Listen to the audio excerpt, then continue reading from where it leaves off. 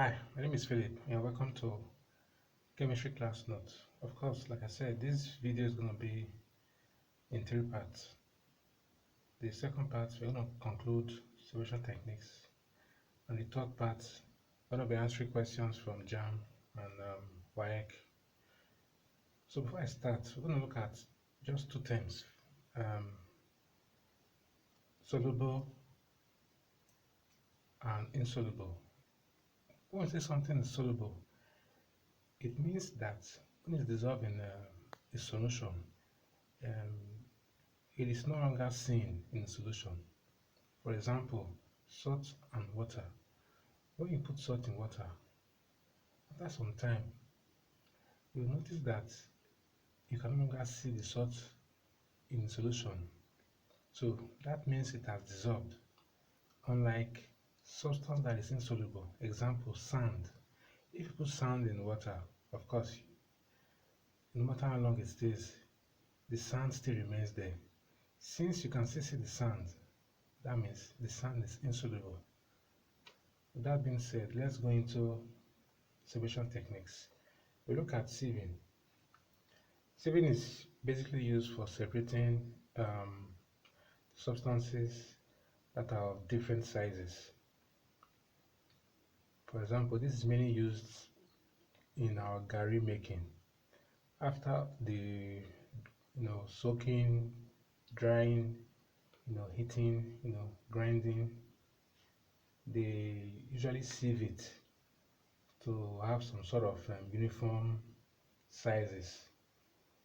Because you notice that in a sieve, depending on the mesh size, the smaller particles passes through, leaving behind the big particles. So that is the essence of sieving. It's used to separate particles of different sizes. So we look at separating funnel. Separating funnel is used to separate liquids that do not mix. Example, let's say oil and water. If a mixture of oil and water is put into a separating funnel, you notice that there will be two layers, in the sense that the oil, which is the less dense, will be at the top, while the water is at the bottom.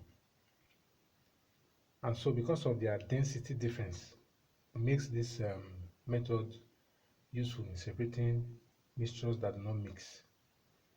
And so with this setup, you notice that when you open the tap, the water flows out, thereby separating the water from the oil.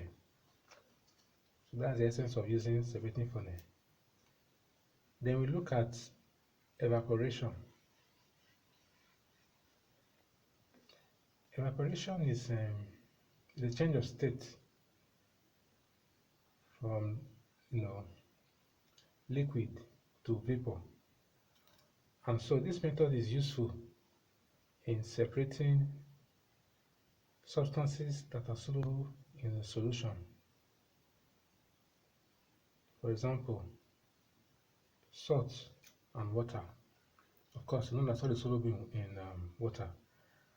And let's say we have this setup. This is a crucible, the tripod, and heat. This is a solution of salt and water.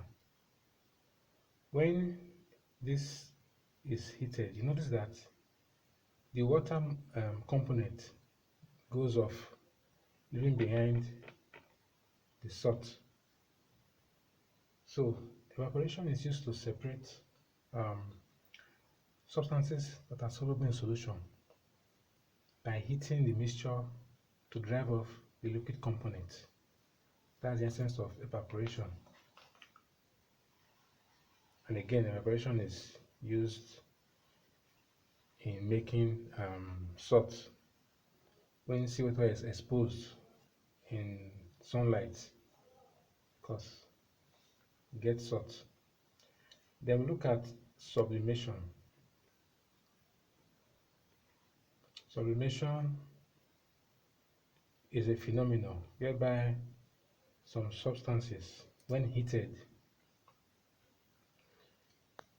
changes to vapor or gas without passing through the liquid phase. For example, we have solid carbon dioxide or dry ice, naphthalene, iodine, ammonium chloride, camphor. Let's say we have um, naphthalene, iodine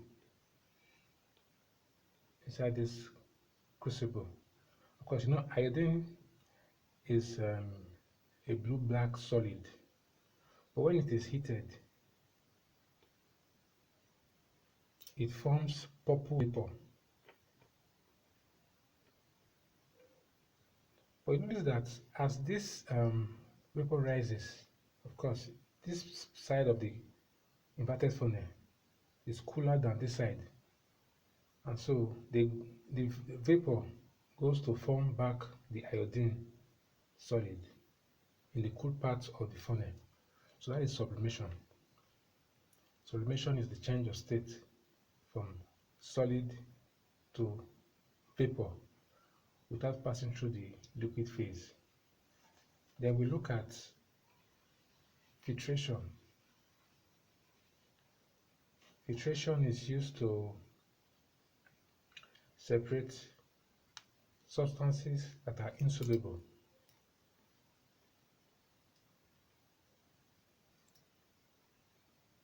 Once again, we have um, sand and water. If you have a mixture of sand and water, I will pour it into this filter paper placed inside the funnel. Notice that the water passes through and is collected in this test tube, while the sand remains here. So the sand that remains on the filter paper is called the residue, while the water that passes through the filter paper is called the filtrate. So filtration is used to separate substances that are insoluble. Of course, this method is used in the brewery industry for removing any solid particles from their brews. So we look at magnetic separation. Magnetic separation is simply used for separating magnetic substance from non-magnetic substance. Of course, you notice that when you pass a magnet through a substance that has both metals and non-metals, it gets attracted only to the metals. This method is used in extraction of metals from their ores. Then look at decantation. Decantation is a technique that is used to separate substances that are insoluble. For instance, once again, sand and water. When you allow sand and water to stay for some time, you notice that, of course, due to gravity, the sand goes to the bottom. Then the top layer is water. So decantation means you pour the top layer, which is the water in this case, into another container. At least most of the pure water, you pour it inside another container. So that is decantation. You have separated the upper layer, which is the clear water, from the sand. This method is useful in our everyday life. Those of us that consume garri, we use this method at times. You find that if you want to consume garri, you don't take it directly. You put water for like 2-3 times so that you notice that some dirt come up. You pour it away. That is decanting. You are decanting the dirt from the main garri. So that is the essence of decantation. pouring the top layer from a liquid solid mixture. So that is separation techniques, and my next video we're going to look at distillation, fractional distillation, crystallization, centrifugation, chromatography. So if you feel you like this video, you can hit the subscription and turn on the notification button. Thank you.